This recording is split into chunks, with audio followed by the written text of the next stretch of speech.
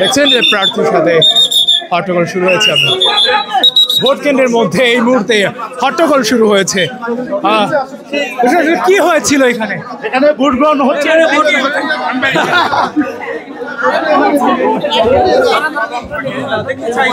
আমরা দেখছি এই মুহূর্তে হট্টগোল শুরু হয়ে গেছে।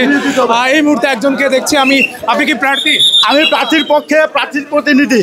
আমাকে ভোট দেওয়া হচ্ছে না বিধায় আমি জোরপূর্বক ভোট দিতে গেছিলাম। আপনি জোরপূর্বক কেন ভোট দিতে গেলেন? আমার ভোট আমি দেবো। এটা কি জোরপূর্বক? তা আমার ভোট যদি অন্য কেউ দেয় সেই ক্ষেত্রে আমার তো জোর প্রয়োগ করতে হবে। আপনি তো এখানকার ভোটারই না। আমি তো ভোটার, এখানে আমি ভোটার বিধায় তো আমি যাচ্ছি, কিন্তু আমার ভোট অন্য কেউ দিয়ে দিছে। এটা জাল ভোট কেউ হয়তো বা দিছে, সে কারণে আমি জোরপূর্বক আমি ভোট পক্ষে দুইকে আমি ভোট দেবো। মানে আমি তো জানি না আইন শৃঙ্খলা বাহিনী কি করছে বা কোথায় নিয়ে যাচ্ছে। আমার প্রার্থী আসবে, আমার প্রার্থী আমাকে নির্ধারিত করবে যে আমি কি আসলে তার প্রতিনিধি কিনা। না, এখানে হয় নাই, কিন্তু আমার ভোট আমরা তো দেখতে না পারি, সেক্ষেত্রে তো আমি একটু বিহেভ খারাপ করবে।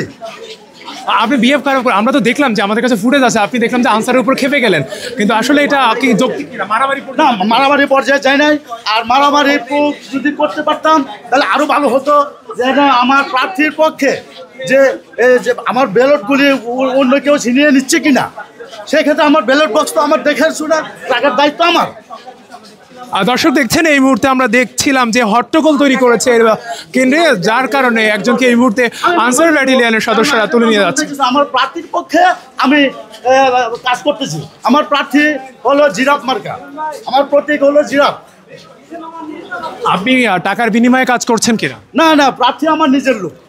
নিজের বলতে কি কেমন? এখানে খরচের জন্য টাকা তো অবশ্যই কিছু ব্যয় করতে হয়, আমার চা খাইতে হয়, আমার সাথে একজন থাকবে, সেক্ষেত্রে প্রার্থী তো আমাকে টাকা দিতেই পারে। আপনি কত টাকা দিয়েছিলেন?